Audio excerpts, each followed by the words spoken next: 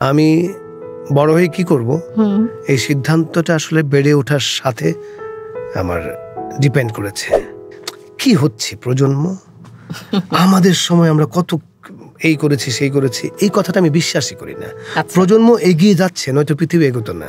সাজু ভাই, এবার আপনার অভিনয় জগতের অনেক কথা আপনি ইন্টারভিউতে বলেছেন, আমরা জানি। কোন কথাটা বলেননি এখন পর্যন্ত, বলেন।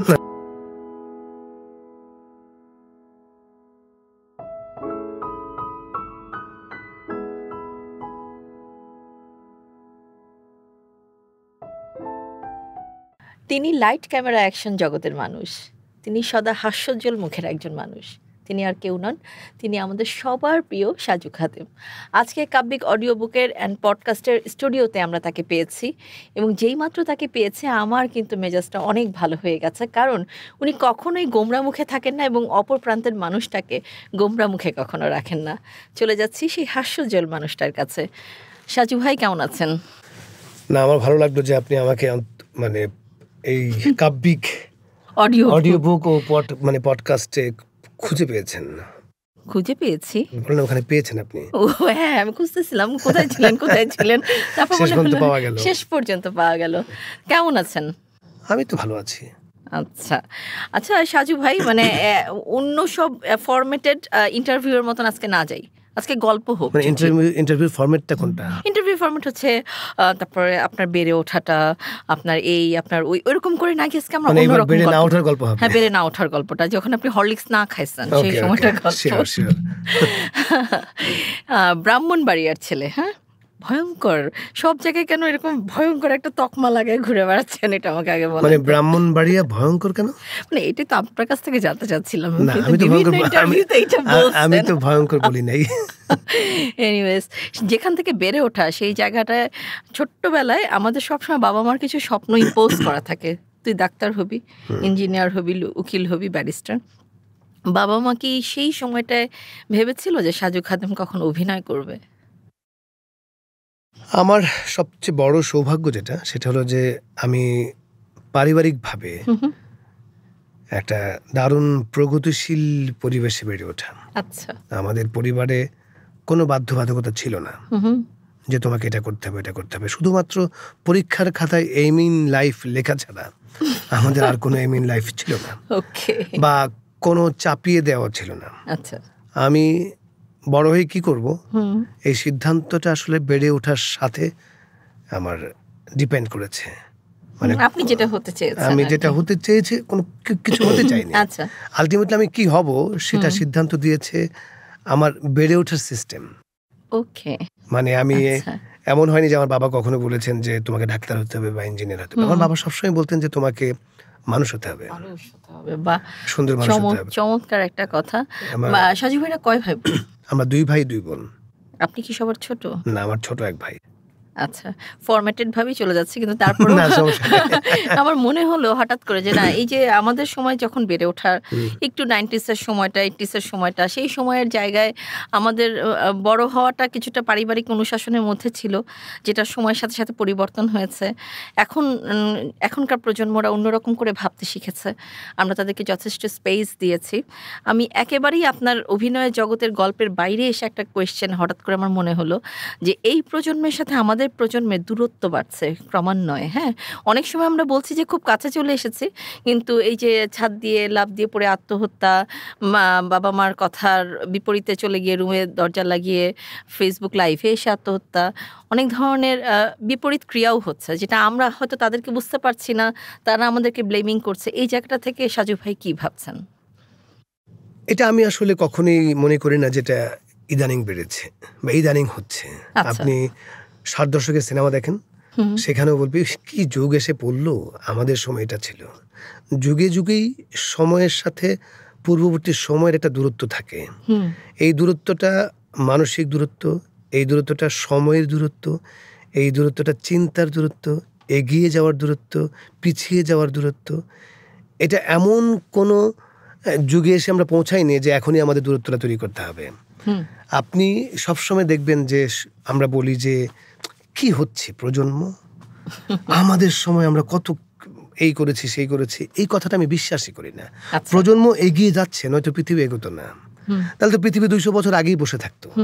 পৃথিবী তো কোনোভাবেই থেমে নেই, পৃথিবী এগিয়ে যাচ্ছে।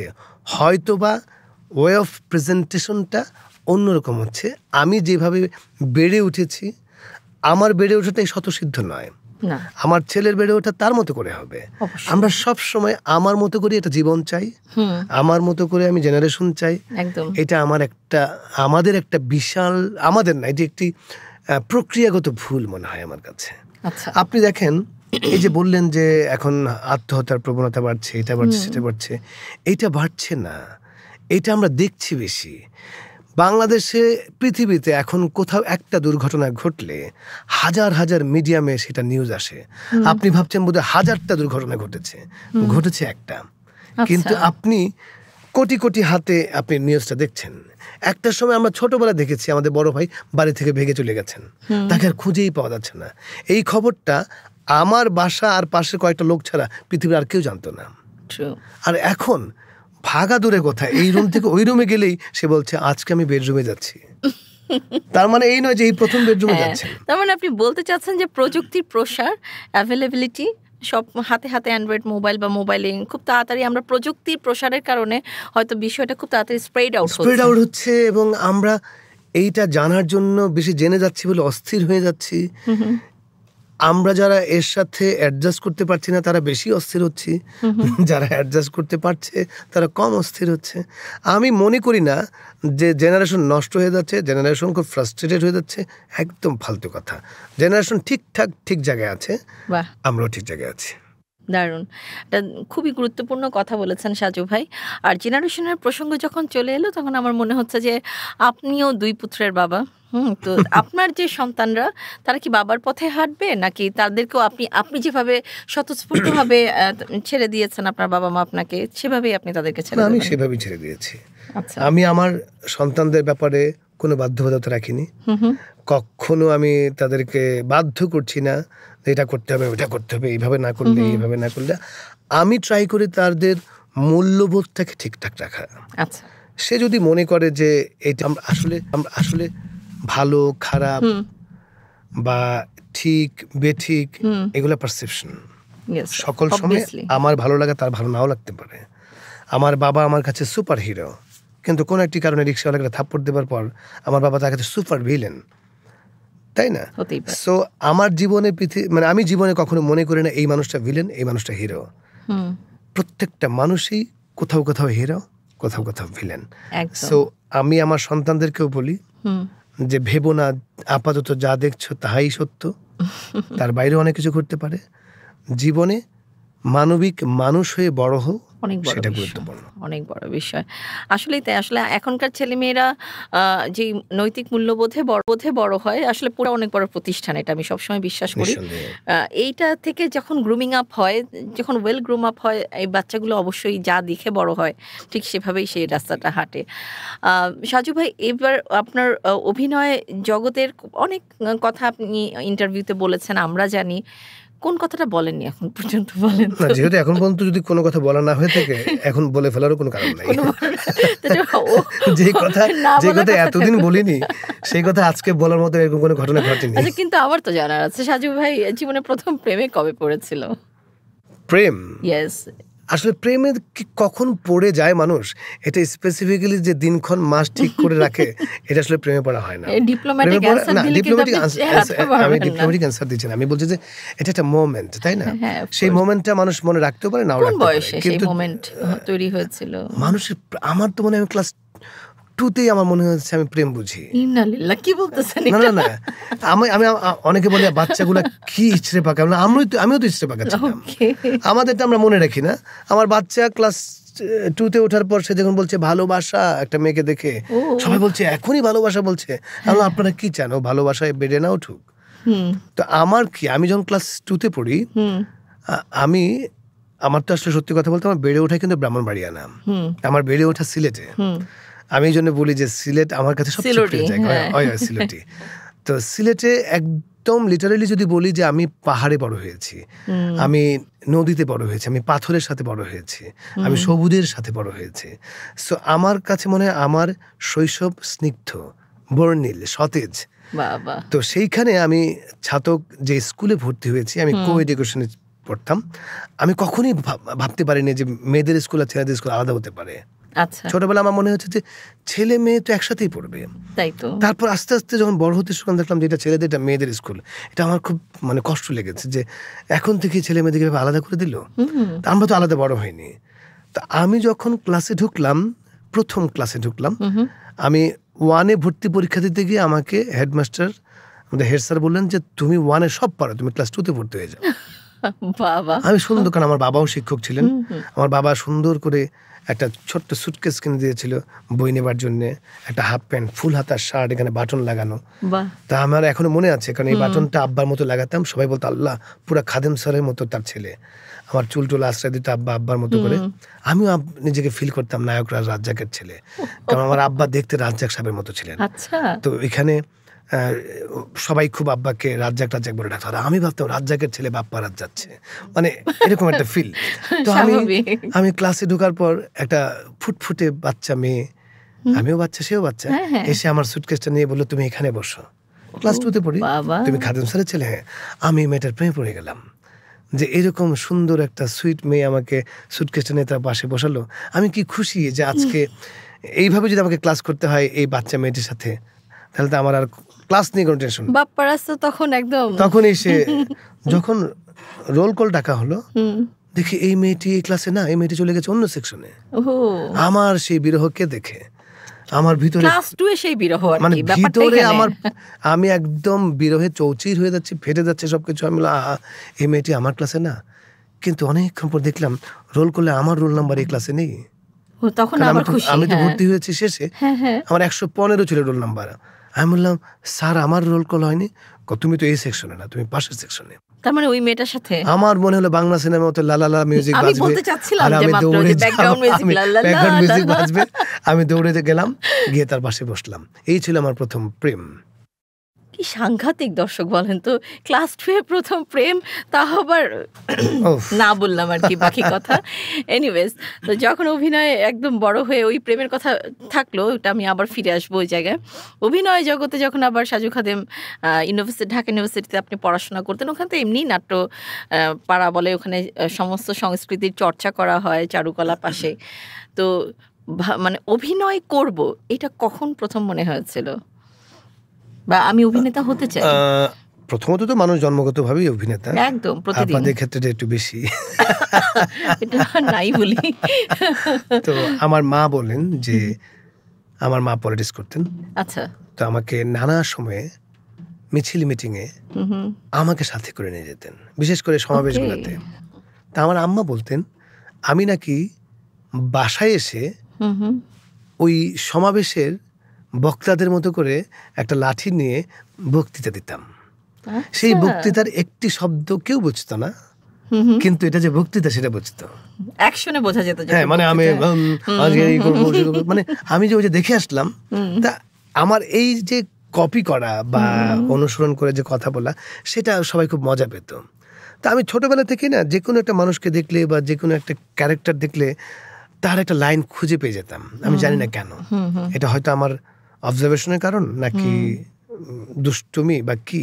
তো আমি প্রায় এসে বলতাম যে আমার এই আন্টি এইভাবে কথা বলে, এই আঙ্কেল এইভাবে হাঁটে। এইটা ছিল বাসায় একটা খেলার আইটেম। কোনো গেস্ট আসলেই আম্মা বলতো দেখাও তো এটা কি করতো, এটা কি করতো, আর আমিও একদম বেহায়ের মতো দেখাই ফেলতাম, মানে লজ্জা পেতাম। তো তখন পরে শুনলাম যে থিয়েটার করতে গেলে বেহায়া হতে হয়, লজ্জা শরম সব ছেড়ে আসতে হয়। আমি দেখলাম সকল অ্যাডভান্টেজ আমার আছে, যে আমি তো ছোটবেলা থেকেই এই কাজটি করে এসেছি। তো তখন সবাই ধরে নিয়েছে যে এই ছেলেটি দিয়ে ডাক্তার ইঞ্জিনিয়ার হওয়ার কোনো সুযোগই নাই, সে হয় অভিনেতা হবে, নয়তো ছবি আঁকবে, কোন একটি কলার সাথে সে থাকবে। আচ্ছা, এটা একদম, আমি চারুকলায় পড়বো এই সিদ্ধান্তটা আমার না, সিদ্ধান্তটা আমার বাবার ছিল। তখনকার সময়ে বাবা সিদ্ধান্ত নিচ্ছে যে তুমি চারুকলায় পড়বে, মানে ওইরকম বাবাকে বুঝতে পেরেছিলেন বিষয়টা, হ্যাঁ, ওইরকম বাবাকে নিয়ে গর্ব করা তো আমার দায়িত্ব। অবশ্যই। এবং আমার বাবা যখন আমাকে চারুকলায় ভর্তি করালেন, আমার এখনো মনে আছে আমার বাবার কলিগরা এসে বাবাকে বলতো, ছেলেটা কিরকম নষ্ট করে ফেললেন, ওইখানে তো গাঁজা গঞ্জা খাইয়া পোলাপান সব ভোর হয়ে থাকে। তা আব্বা বলছে যে নষ্ট হতে চায় সে যে কোনো জায়গায় বসেই নষ্ট হতে পারে। খুব মূল্যবান কথা। আমার আব্বার এই কথাটা আমার কানে এখনো বাজে, এবং সেই জন্য আমি যখন চারুকলায় ভর্তি হলাম আমি নিজেকে এত কন্ট্রোল করে ফেললাম, কারণ আমার মাথায় কাজ করছে আমরা একটা মধ্যবিত্ত পরিবারের ছেলে। আমার বাবা এই সোসাইটিকে বুড়ো আঙ্গুল দেখিয়ে উনি বুঝিয়ে দিয়েছেন যে আমার ছেলে চারুকলাই পড়বে। তা আমার বাবার এই স্বপ্নটাকে পূরণ করাতে হবে যে চারুকলায় পড়েও একটা ছেলে সুস্থ জীবন যাপন করতে পারে। এটা আমার চ্যালেঞ্জে চলে গিয়েছিল, এবং সেটা আমি মেনটেন করে অনেকাংশে দেখিয়ে দিতে পেরেছিলাম। আচ্ছা, অভিনয় জগতের আসার গল্পটা তো শুনলাম। এখন এই যে এত জায়গা, আমার খুব মাঝে মাঝে জিজ্ঞেস করতে ইচ্ছা করে যে সাজু ভাই আপনার কাছে কোনটা বেশি কঠিন লাগে, মঞ্চ, টেলিভিশন, চলচ্চিত্র, কোনটা? না, এগুলো একটা মিডিয়ামগত পার্থক্য ছাড়া আর কিছুই না। কিন্তু মঞ্চে তো একদম সরাসরি লাইভ অ্যাকশন। মঞ্চটা আমার কাছে এখনো সবচেয়ে বেশি ইন্টারেস্টিং মনে হয়। স্বার্থপরের মতো বলতে হয় এই কারণে যে মঞ্চে দাঁড়ানোর সাথে সাথে দর্শকের রিয়াকশন আপনি পাচ্ছেন। সো আপনার রিয়াকশনের সাথে কিন্তু অ্যাকশনের গতি পরিধি চেঞ্জ হয়। একদম একদম। সো আপনি যখন মঞ্চে কাজ করছেন তখন আপনি সরাসরি ইন্টারাকশনের কারণে আপনি চাইলে অনেক কিছু করতে পারেন। সেটা আমার কাছে খুব ইন্টারেস্টিং লাগে, আমার কাছে খুবই মজা লাগে। আমি এখনো অডিয়েন্স যখন দর্শক ভরপুর থাকে আর আমি মঞ্চে থাকি, সেটি মঞ্চ নাটক হোক, সেটি অন্য কোনো অনুষ্ঠান হোক, উপস্থাপনা হোক, বা তাদের সাথে কোনো ইন্টারাকশন হোক, এটা আমি খুব এনজয় করি, আমার কাছে ভালো লাগে। তবে হ্যাঁ, সেই ক্ষেত্রে দর্শকের কিছু দায়িত্ব রয়ে যায়, যে কিছু দর্শক থাকে যে ইন্টারেক্টিভ, ওরা রেসপন্স করে। কারণ আমি অনেক ইভেন্টে কাজ করতে যাই মাঝে মাঝে, দেশে, দেশের বাইরে, বিভিন্ন অঞ্চলে। তো মাঝে মাঝে আমি এমন অডিয়েন্স পাই, আমার মনে হয় যে আমি বোধহয় আজকে এই মঞ্চের রাজা, যা বলছি তাই শুনে ফেলছে। আবার মাঝে মাঝে এমন অনেক অডিয়েন্স পাই, আমি কি বলছি তারা বোধহয় বুঝতেই পারছে না, তাদের কোনো রেসপন্স নাই। তখন তো আহত হই, তখন আমি জানার চেষ্টা করি যে আমি কি আসলে পারফরমেন্স ভালো করছি না।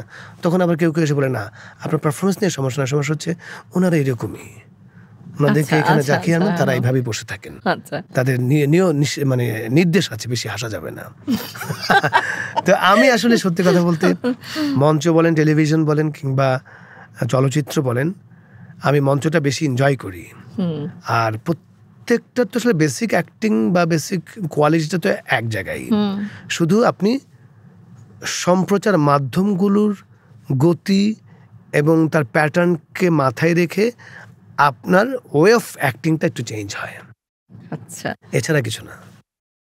যখন অ্যাক্টিং শব্দটা আমার মাথায় ঘোরার সাথে সাথে মনে হলো যে খালাম্মা যে ছোটবেলায় আপনাকে কপি করার কথা বলছে। আমি কিন্তু অনেক বিভিন্ন অনুষ্ঠানে দেখেছি যে আপনি আসলে অনেকের মিমিক্রি করেন, কম আর বেশি, কিন্তু হুমায়ুন ফরিদি স্যারের মিমিক্রি আপনি অসাধারণ করেন। আমি যখন আপনি একবার বলছিলেন কোনো একটা অনুষ্ঠানে, আমি আবার এটা রিমাইন্ড করে, হ্যাঁ উনি তো এরকমই সাউন্ড করে, তা আমরা কি একটু শুনতে পারি? এটা নতুন কিছু না, সবাই শুনে, কিন্তু আমি একটু লাইভ শুনতে চাই। একটু যাই আমরা। আচ্ছা, পরে শেষের দিকে। আচ্ছা, চমকটা শেষে থাকলো। না, চমকের চেয়ে বড় কথা হচ্ছে যে একটা মুডে আছি আমরা এখন। আচ্ছা, গল্পের মুডে আছে। ওকে, মানে মিমিক্রি কেন বললাম, কারণ আপনি যে এত কপি করতে পারেন, এটার কিন্তু একটা বিশাল যোগ্যতা। এই যোগ্যতাটা না থাকলে অভিনয় জগতে এসে অ্যাডাপ্ট করা অনেক কঠিন, এটা আমার ক্ষুদ্র জ্ঞানে মনে হয়।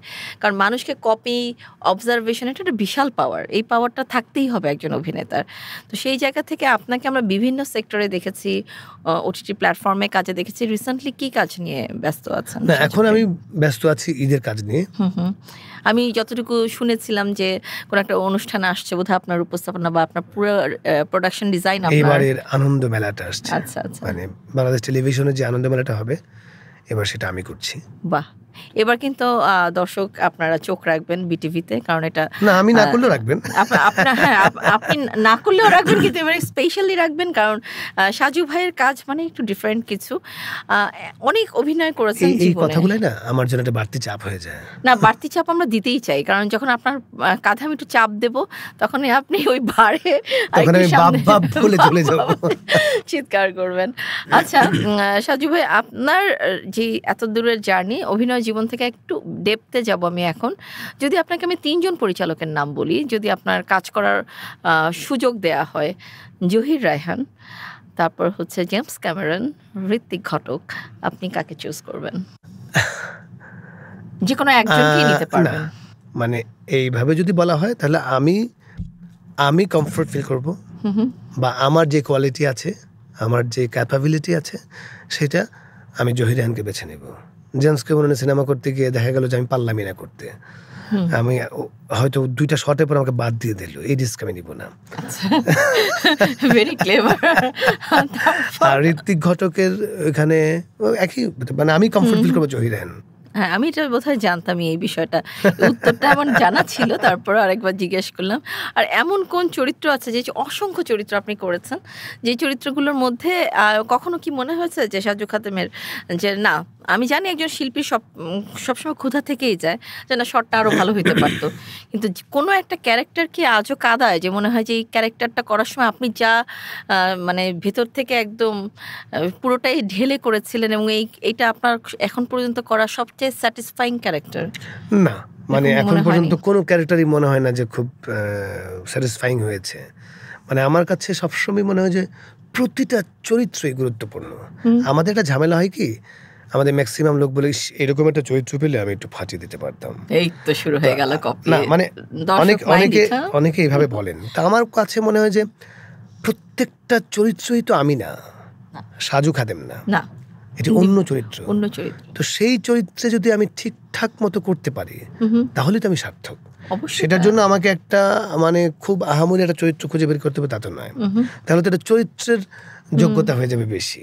মানে চরিত্রের কিছু কিছু চরিত্র থাকে না যে মানে তার নিজস্ব একটা ক্ষমতা থাকে, তো সেই ক্ষমতাবান চরিত্রে গিয়ে আমি নিজেকে যখন নির্মাণ করতে যাব তাতে খুব বেশি ক্রেডিট নাই, বরং খুব সাধারণ একটি চরিত্রে আমি ঢুকে দর্শককে যদি আমি অ্যাট্রাক্ট করাতে পারি সেটা বড় চ্যালেঞ্জ।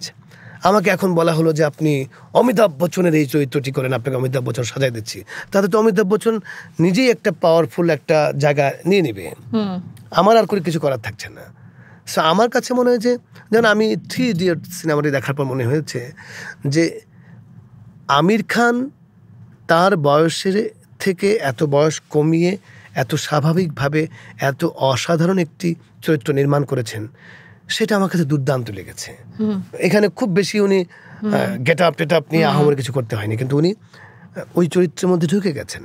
সো আমার মনে যত সিম্পল চরিত্র, সেই চরিত্রে নিজেকে যদি প্রবেশ করাতে পারি ঠিকঠাক মতো, সেটাই দুর্দান্ত হবে। বাহ, আসলেই তাই। আর আসলে আমারও মাঝে মাঝে মনে হয় 3 ইডিয়টস দেখতে বসলে যে আমির খানের রানচোর রাথোর এই জায়গাটায় যখন রানচোর মানে কোনো একটা জায়গায় ট্রানজ্যাকশন হচ্ছে, তখন আমি চিন্তা করি ওনার বয়সের চাইতে উনি তখন কোথায় গিয়ে দাঁড়িয়ে, আমার মনে হচ্ছে কত স্বাভাবিক মনে হচ্ছে কলেজের ইউনিভার্সিটির একটা ছেলে, এবং একজন অভিনেতার প্রকৃত সার্থকতা সেই জায়গায়। এটা একদম সত্যি কথা। আপনি আমাকে দেখেন, আমি কিন্তু অনেক নাটক করেছি, আমার থেকে প্রায় আরো 40 বছর বাড়িয়ে। আমি সুবর্ণাপা এবং আমি অনেকগুলো নাটক করেছি, আমরা হাজব্যান্ড টু ওয়াইফ এবং জুটি হয়ে। তা আমাকে বুড়ো বানিয়েছে, মানুষ অনেক প্রশংসা করেছে, এত সুন্দর বুড়া হয়েছেন আপনি। তা আমার কাছে মনে হয়েছে যে এইটা যে খুব কঠিন কাজ করেছি তা নয়। দাড়ি লাগিয়ে চুল টুল পাকিয়ে আমি একটা বুড়া, এমনিতেই আমার একটা গেট আপ দিয়ে আমি অর্ধেক এগিয়ে গেছি, তারপর বাকিটা আমার যতটুকু আমার অ্যাক্টিং দিয়ে। কিন্তু সেটা আমার কাছে মনে হচ্ছে সেটা বরং অ্যাক্টর হিসেবে একটা অ্যাডভান্টেজ পাওয়া যায়। একটা গেট আপ নিয়ে আমি বড় একটা অভিনেতা হয়ে গেলাম। আমার কাছে মনে হয় যে উত্তম কুমার খুব বেশি গেট আপ নেননি, একদমই না, উনি শুধু দাঁড়িয়ে কথা বলে গেছেন। তো তার চেয়ে গ্রেট অ্যাক্টর কয়জন হতে পারে? এত সহজ সুন্দর করে কথা বলে নানা চরিত্রে চলে যাওয়া একেবারেই সহজ কাজ না। গেট আপ নিয়ে তো এটা আমাকে বাড়তি হারমোনিয়াম দিয়ে গান গাইতে গেলে হারমোনিয়াম আমাকে একটু হেল্প করে, খালি গলায় গান হ্যাঁ, এটা কঠিন কাজ। আপনার এই কথাতে আমার হঠাৎ একটা কথা মনে হলো সাজু ভাই, এখন যুগটা হচ্ছে ভাইরালের যুগ। হ্যাঁ, ভাইরাল শব্দটাই ভাইরাল। তো আমরা এখন যাই সোশ্যাল মিডিয়াতে আপলোড করছি তাই মুহূর্তে ভাইরাল। মানুষের এখন ভিউজ দরকার। তো সুবর্ণাপার একটা কথা এখন মনেই পড়ে গেল যে আসলে আমরা তো আমরা ভাইরালের নায়িকা না, আমরা ভিউজের নায়িকা না। কথাটা আসলে খুব সত্য। আমার ওই কথাটাই আবার আপনাকে বলতে ইচ্ছা করে যে এখন এত প্ল্যাটফর্ম, এত নাটক বানাচ্ছে, এত চলচ্চিত্র বানাচ্ছে, ছোট ছোট খণ্ড নাটক হচ্ছে। তো ভাইরালে কি আমরা কি এখন ভিউজ দিয়ে জনপ্রিয়তা মাপবো, নাকি আসলে এই বিষয়টা আপনার মতামতটা শুনি? আমি পুরোপুরি একমত না ব্যাপারটার সাথে। আচ্ছা, যুগে যুগেই আপনার অ্যাকসেপ্টেন্সের উপর ডিপেন্ড করেছে আপনার জনপ্রিয়তা, আপনার স্টারিজম, বা আপনি কত বড় গ্রেট অ্যাক্টর। তখন হয়তো পরিমাপটা করতে পারতেন না। আপনার কি মনে হয় না যে বাংলাদেশ টেলিভিশনে যখন আমরা নাটক করেছি, বা আমাদের মুরব্বীরা যখন করেছেন, আমাদের অগ্রজরা যখন করেছেন, তাদেরকে দর্শক পছন্দ করেছে না? দর্শক নিশ্চয়ই সুবর্ণা আপার নাটক দেখতে চেয়েছেন, যে আমি সুবর্ণা মুস্তফার নাটক দেখতে চাই। আমি তখনও তো সুবর্ণা আপা ছাড়াও তো আরো অনেক অভিনেত্রী ছিলেন, কিন্তু সুবর্ণা আপাকে বেশি মানুষ পছন্দ করেছে। তো দর্শক তো লাগেই, দর্শক ছাড়া তো আমরা কিছুই না। সো আগে দর্শকটা আমরা কিভাবে জাজ করতাম? আমরা দর্শকটা আগে জাজ করার পলিসি ছিল একরকম। টিআরপিটা আমরা কিভাবে জাজ করতাম? যে ওনার নাটকের সময় যদি ম্যাক্সিমাম টেলিভিশন ইনভলভ থাকে বা ইনভলভ থাকে, তাহলে আমাদের ধরে নিতে হবে যে তার ডিমান্ড বেশি। এখন পলিসিটা হয়েছে যে যার নাটকে যত ভিউয়ার্স আসবে। তো আমার কাছে এটা কোনো অসুবিধা নাই। তো আমার নাটকে ভিউয়ার্স বেশি হলে সমস্যা কি? মানে আমাকে এটাকে খাটো করে দেখার কিছু নেই, কিন্তু ভিউয়ার্স পাওয়ার জন্য আমি যদি এখন যাতা শুরু করি, আমি সেটা নিয়ে সমালোচনা করতে পারি। আমি একটি দুর্দান্ত ভালো কাজ করে আমি যদি ভিউয়ার্স পাই, আমার কোনো আপত্তি নাই। এখন সমস্যাটা হয়ে গেছে, যেই প্রক্রিয়ায় আমরা ভিউয়ার্সটা নিচ্ছি এবং এই ওপেন মার্কেট হয়, ফ্রি স্ট্রিমিং হয়, সবাই যা খুশি তা করতে পারছে, বাসার বাথরুমে বসেও সে লাইভ করতে পারছে। এখন আমি সেখানে বসেও লাইভ না, এখন সেইখান থেকে যদি আমি কোটি কোটি ভিউয়ার্স পাই, তো এটা নিয়ে আমরা কথা বলতে পারি। আমরা হয় কি যে আমাদের মাঝে মাঝে বলি না, প্লিজ কোনো আইন করবেন না, কোনো নীতিমালা দিবেন না। নীতিমালা তো আসে তখন যখন আপনার সেলফ সেন্সরশিপ বলে কিছু থাকে না। একটা শিক্ষিত মানুষের জন্য কোনো আইন কানুন লাগে না, কিন্তু কোনো নিয়ম লাগে না, কোনো বিধিনিষেধ লাগে না, কারণ সে জানে কোনটা খারাপ কোনটা ভালো। যুগে যুগেই বিধিনিষেধ আসছে কিন্তু মূর্খদের কাছে, কারণ ওদেরকে নিয়ন্ত্রণ করার জন্য তখন কিছু বিধিনিষেধ দিতে হয়, যে ওকে মারবে না, ওকে ধরবে না। আপনি তো একজন লোককে মারবেন না, আপনি জানেন যে মারাটা ঠিক নয়, নাকি আপনি মারবেন না যে আপনার ফাঁসি হবে বলে। সেটাই, তা আপনি ফাঁসি হবে, তো আমার মনে হয় যে ভিউয়ার্স থাকবেই, যেহেতু প্রক্রিয়াগুলো এখন আমরা দর্শক আমার লাগবে, কিন্তু আমি আসলে কোন পজিটিভ কাজের মাধ্যমে পাচ্ছি, কোন ভাবে আমি দর্শককে আনছি, সকল ভাবে দর্শককে আনা উচিত কিনা সেটা একটা ডিজাইন করা উচিত। আমি যা খুশি তা করতে পারবো কিনা। আমি কালকে দেখছিলাম সাজু ভাই, যে এক আন্টি বাপু হোয়াটএভার, মানে উনি ভাত খাচ্ছেন মাখিয়ে মাখিয়ে, যে আমি এখন ভাত খাচ্ছি। হ্যাঁ, আমি খুব অবাক হলাম যে ওখানে 2 মিলিয়ন ভিউ। মানে আমি খুব অবাক না, মানে আমি আসলে রীতিমতো শকড, হার্ট অ্যাটাক করার উপক্রম, যে ভাত খাচ্ছে, এটা 2 লাখ মানুষ দেখার কি আছে? তাও তো উনি খাচ্ছে দেখাচ্ছেন, আরো অনেক কিছু দেখান। হ্যাঁ, অনেক কিছু করে। তো আমরা আসলে ভাইরালের জায়গায় এই যুগে এসে সোশ্যাল মিডিয়া হাতে আছে বলে আমরা সবকিছু আপলোড করে দিলাম আর খুব তাড়াতাড়ি জনপ্রিয় হয়ে গেলাম। তার চাইতে আসলে আপনার কাজটুকু জানেন না। ও ভাবতে পারে না যে ও যে প্রক্রিয়া জনপ্রিয় হচ্ছে, আরেকজন বসে আছে তার চেয়ে আরো 2 ডিগ্রি বাড়িয়ে। আগে আমরা এক সময় আলিফ লায়লা দেখতাম, এখন আমরা অন্যান্য লায়লা দেখা শুরু করেছি সিরিয়াল। এটা আসলে খুবই দুঃখজনক। আমরা প্রসঙ্গ পাল্টাই। আমার কাছে একটা হঠাৎ করে মনে হলো যে সাজু খাদেম ভাই যদি হঠাৎ করে সকালবেলা ঘুম থেকে উঠে কোনো একদিন দেখে যে তিনি একেবারেই যেই পরিচিত প্ল্যাটফর্মে মানুষটা রাত্রেবেলা ঘুমিয়েছিলেন সেই মানুষটা না, তিনি একদম অপরিচিত গ্রামের এক চাষা, সকালবেলা উঠেছেন, খেতে যেতে হবে, আপনার বাজান ডাকতেছে, আপনারে বাজানা হোজাই খেতে যাই, কেমন লাগবে? ওটাই স্বাভাবিক লাগবে। পৃথিবীতে যা কিছু ঘটে সেটাই তো স্বাভাবিক। আর যদি এমন হতো যে আপনি যেভাবে বলেছেন, তো তার মানে তো ঘটনাটা ওইভাবেই ঘটবে। হ্যাঁ, কিন্তু কোনো মনে হবে না আমি কি হঠাৎ করে কোথায় চলে গেলাম এরকম, মানে এটা মনে হবে যদি বাস্তবিকই যদি হয় তাহলে মনে হবে। কিন্তু এটা তো আপনি এজিউম করছেন। এজিউম যদি করি তাহলে আমাকে ধরে নিতে হবে, ধরেন যে আমি এখন সাজু খাদেম যে জায়গাটায় আছি, নিশ্চয়ই আপনি ওয়াশিংটন ডিসির একটি জায়গায় বা হলিউডের একজন অভিনেতা অন্য আরেকটি জায়গায়, আমি তো তাকে জানিই না সে কেমন থাকে, তাই না? তো আমি তো তার সম্পর্কে আমার ধারণা নেই বলে আমি আমার জীবন নিয়ে স্যাটিসফাইড, তাই না? তো এখন আমি যখন কৃষক হয়ে যাব তখন তো আমি ভাববো যে আমি কৃষকই জীবনে, আমি তো তখন সেটা নিয়ে স্যাটিসফাইড থাকবো। আমার ছেলে এসে ডাকবে, আমি চলে যাব। অনেক গল্প হলো, কিন্তু আরেকটা গল্প বাদ রয়ে গেল। আমার মনে হচ্ছে যে আপনাকে সবাই আসলে কমেডির জায়গা থেকে চেনে, বেশিরভাগ অভিনয় কমেডি, কিন্তু আমি পার্সোনালি একজন ছোটোখাটো মিডিয়ার মানুষের অংশ বলেই হয়তো জানি যে কমেডি করা আসলে অনেক কঠিন একটা বিষয়। একটা 10টা অভিনয়ের ইমোশনাল সিন করার চাইতে একটা কমেডি সিন করা অনেক কঠিন। এই জায়গায় আমি বলবো যে আপনার অভিজ্ঞতা বা আপনি যদি কিছু বলতে চান এখানে। না, আসলে কমেডিটা তো ডিপেন্ড করে আপনার টাইম, সিচুয়েশন, এই দুইটা জিনিসের সাথে খুব সম্পর্ক। আপনি একই কমেডি আপনি করেছেন বা একটা কমেডি গল্প আপনার কাছে আছে, সেটা আরেকজনকে বললে মজা পাবে না, কারণ এটা ওই সময়ের জন্য ওই অবস্থানের সাথে এটা সম্পৃক্ত। তো টাইমিংটা খুব ইম্পর্টেন্ট কমেডির ক্ষেত্রে। আমরা আসলে যে লেভেলের কমেডি করি সেটা যে খুব আপ টু আমার কমেডি তা নয়। মানে আমরা তো এখন আসলে কমেডিটা করার চেষ্টা করি বিভিন্ন আঞ্চলিক ভাষায় কথা বলে মানুষকে হাসাবো, মানে সহজ কিছু তরিকা খুঁজে বের করেছি আমরা। যেমন খাইবা একটা বললেই দোস্ত উনি শুনতে আমাদের ভাষায় কথা বলছেন, অন্য অঞ্চলে মানুষ এই অঞ্চলের ভাষাটাকে একটু স্লেজিং করছে, খুব মজা পাচ্ছে। আবার নোয়াখালী ভাষায় কথা বললে নোয়াখালীর লোক ছাড়া বাকি সকল লোকরা খুব মজা পায়। তা আমরা আসলে একটা কিছু ডিজাইন বের করে ফেলেছি যে কমেডি করার জন্য। কিন্তু আমার কাছে মনে হয় কমেডি ব্যাপারটা তা নয়। কমেডি ব্যাপারটা হচ্ছে আপনার সেন্স অফ হিউমার, আপনার উইট, এই ব্যাপারগুলো কতটা আপনার স্ক্রিপ্টে আছে বা আপনি নিজে কতটা ওই টাইমিংটা মেনটেন করে করতে পারেন। ধরুন আমার কাছে মনে হয় যে বাংলাদেশে অসাধারণ কমেডি সেন্স হচ্ছে হুমায়ুন ফরিদির, অসাধারণ কমেডি সেন্স হচ্ছে মোশাররফ করিমের। ওনারা জানেন কোন সময়টায় কি করতে হয়। কিন্তু আমাদের দেশে কমেডি শব্দটা এমন জায়গায় নিয়ে গেছে, কিছু হলে বলবে আপনি তো ভাই চার্লি আছেন। মানে চার্লি আছেন মানে মনে হচ্ছে যে মানে স্যার চার্লস চ্যাপলিনকে এমন ভাবে বলে যে পৃথিবীর সবচেয়ে নগণ্যতম মানে মানে নগণ্য একজন অভিনেতার নাম হচ্ছে চার্লি। তো এখন ওনারা জানেনই না যে অভিনেতার আগে স্যার লেখা হয় সেই অভিনেতা হচ্ছে চ্যাপলিন। উনি কি পরিমাণ মেধাবী অভিনেতা, কি পরিমাণ মেধাবী নির্মাতা, এবং সেগুলো জায়গা থেকে যদি আপনি কমেডি করতে যান তাহলে আসলে কমেডি করা এত সোজা না। কিন্তু আমরা তো খুব সহজ করে ফেলেছি কমেডিটাকে। পৃথিবীর সবচেয়ে স্থূল আর্টিস্ট হিসাবে আমরা এখন ট্রিট করি কমেডিয়ানদেরকে। আমরা ধরে নিই যে আরে, আর আমরাও কমেডিয়ান বলতে বুঝি যে একটু জোকারি করলেই কমেডিয়ান হয়। আপনি কি হুমায়ুন আহমেদের চেয়ে বড়, হুমায়ুন আহমেদের কথা বলছি আমি, হুমায়ুন আহমেদের চেয়ে বড় কমেডিয়ান কজন আছেন? ওনার প্রতিটি সংলাপ পড়লেই তো আমি হাসি।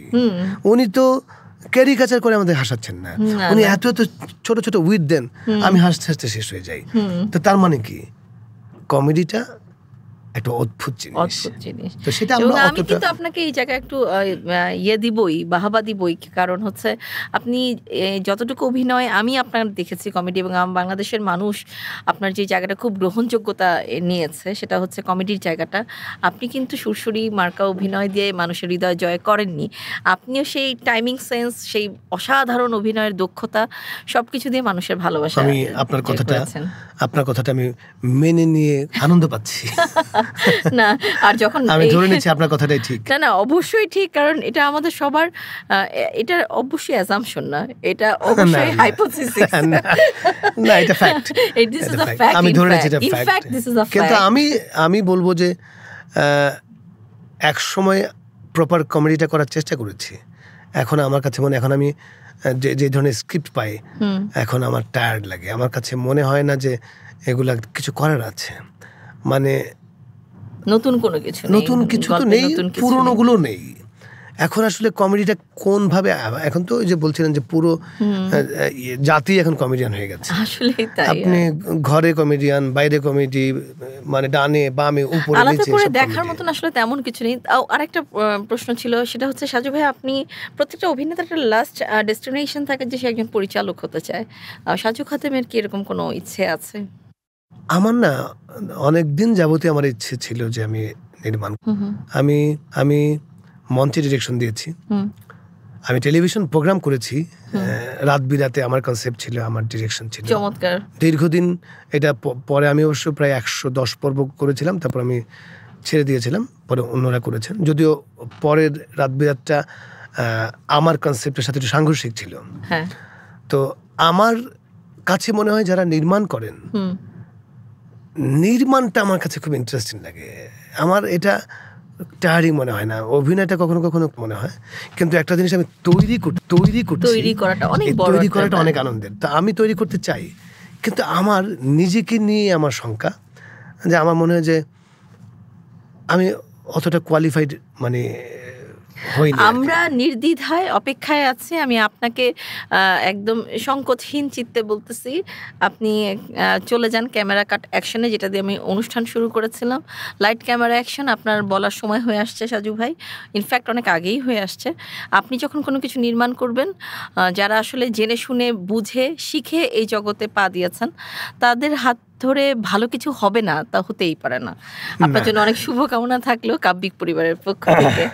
আচ্ছা, কাব্যিকের কথা শুনে মনে হলো যে আসলে এই যে কাব্যিক আজকে যেখানে আপনি বসে আছেন, এটা একটা অডিও বুক প্ল্যাটফর্ম। আমরা তো বই পড়তাম এক সময়, বই শুনতাম না কখনো। এই ইয়েটাই নতুন, আইডিয়াটাই নতুন, সাউন্ড সামথিং এলস গুড। তো আপনি কি কখনো এর আগে কোনো অডিও বুক প্ল্যাটফর্মে গিয়েছেন, না এটাই প্রথম? এটাই প্রথম। তাহলে কাব্যিক পরিবার খুব লাকি, আমরা সাজু ভাইকে আমাদের সাথে পেয়েছি। কিন্তু কখনো কি শোনা হয়েছিল? না, আমি শুনেছি, মানে এইভাবে কাব্যিকেরটা শুনিনি। আমি বলি এই যখন অডিও বুক আসবে এরকম নানা পরিকল্পনার সাথেও ছিলাম। মানে ছিলাম বলতে অনেকে এটা চান, বিশেষ করে আমি যখন দেশের বাইরে যাই, তখন দেশের বাইরে যারা প্রবাসী বাঙালিরা আছেন, ওখানে যারা একটু এগুলো নিয়ে কাজ করেন, তাদের অনেকে টার্গেট দেখেছিলাম যে কিছু অডিও বুক বের করার জন্য। তা আমার কাছে মনে হয়েছে যে এটা আসলে কেন অডিও বুকটা আসলো, এটাও কিন্তু সময়ের সাথে ওই যে আপনি বলছিলেন সময়ের প্রয়োজনে। এখন মানুষ একটা বই খুলে পড়বে, তারপরে সে বই খুলে পড়া মানে কি অন্য 10টা কাজকে বাদ দিয়ে এটা পড়তে হবে। এখন মানুষ, আগে কি হতো যে আগে মানুষ চলতে ফিরতে হাতে একটা বই থাকতো। আমরা আগে দেখতাম যে সাবওয়েগুলোতে দেশের বাইরে সবসময় একটা বই হাতে থাকতো।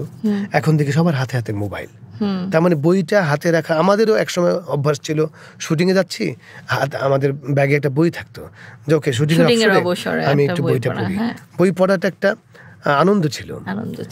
এখন বই পড়াটা আনন্দ না, বই পড়াটা হচ্ছে এখন একটা বিশাল ব্যাপার, যে আমার পৃথিবীর এত ভারী জিনিসটা, মোবাইলটাকে আমি ডানে রেখে আলতো করে আমি একটা বই নিয়ে পড়বো, এটা বিশাল কঠিন কাজ। এবং এত বড় কঠিন কাজ করার মতো সামর্থ্য এখন আমাদের অনেকেরই নাই। এই জন্য আমার কাছে মনে হচ্ছে যে আমি এখন ড্রাইভ করতে করতে আমি অডিওটা ছেড়ে দিলাম।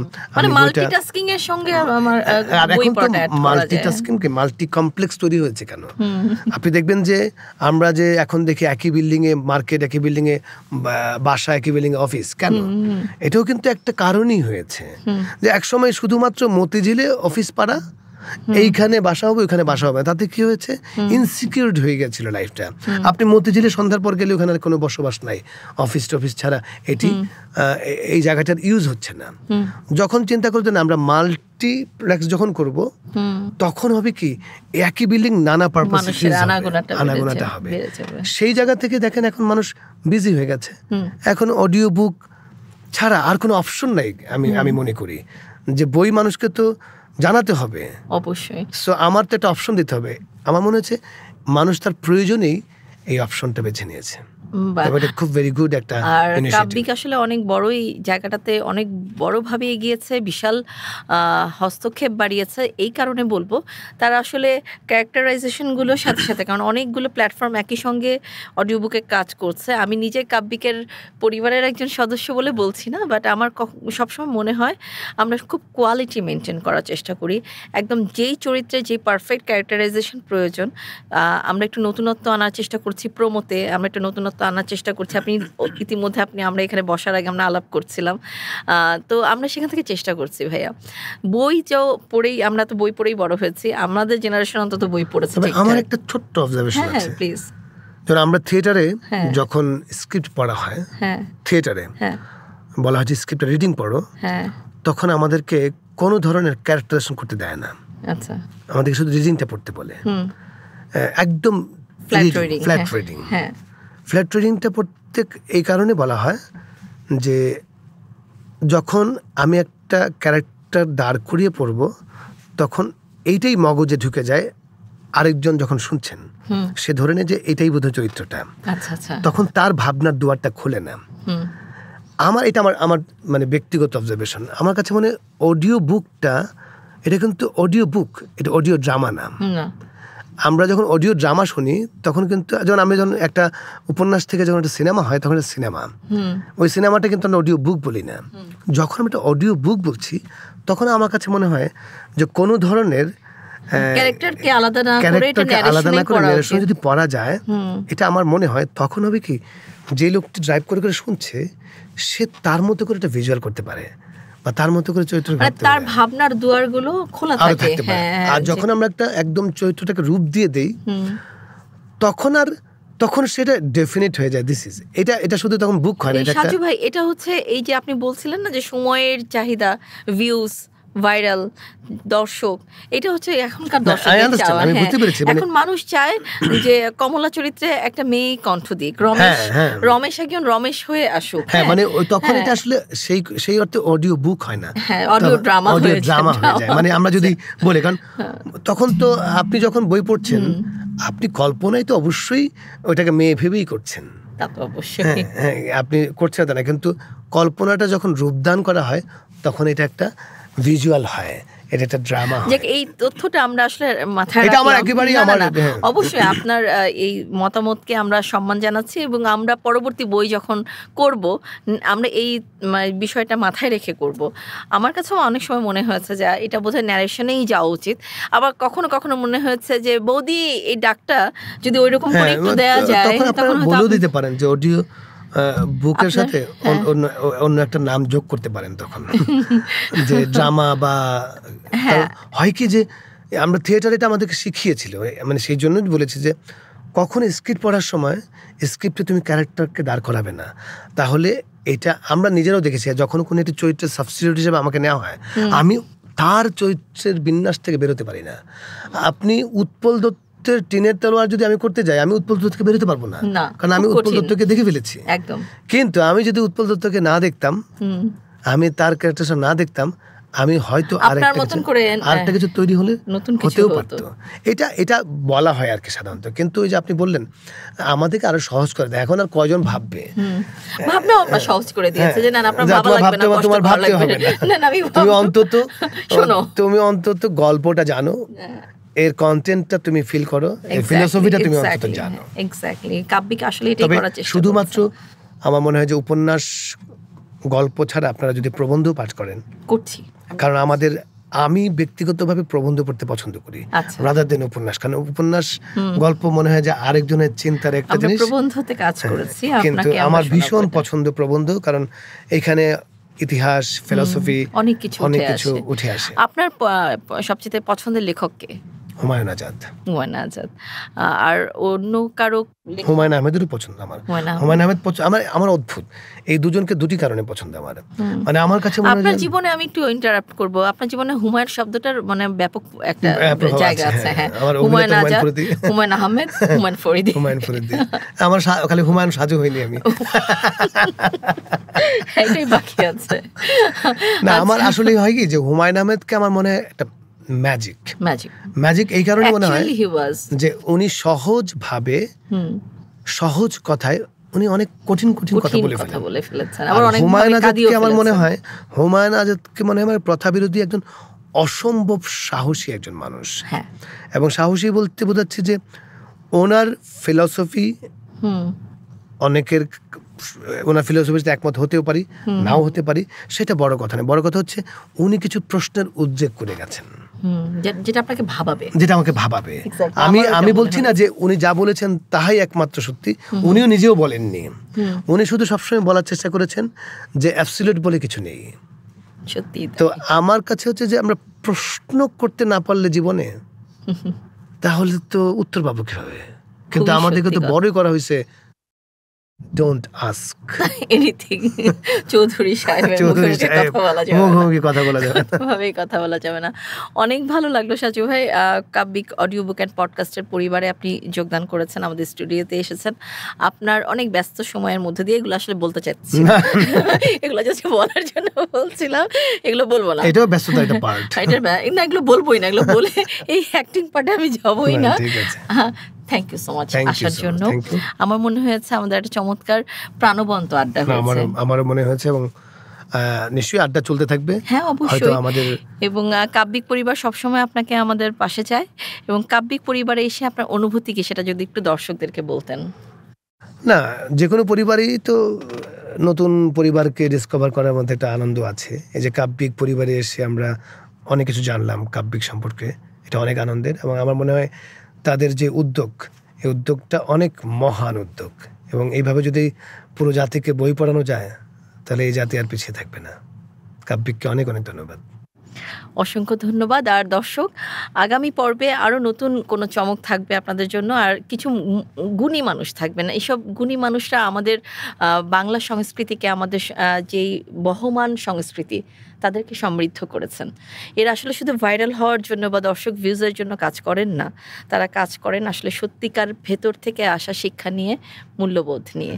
তাদেরকে আমাদের খুব দরকার। আমাদের পুরো সাংস্কৃতিক অঙ্গনে এরকম সাজু খাদেম সবসময় থাকুক আমাদের পাশে। আপনার দীর্ঘায়ু কামনা করছি, আপনি সবসময় সুস্থ থাকুন আর এইরকমই থাকুন, কখনো বদলাবেন না। আল্লাহ হাফেজ।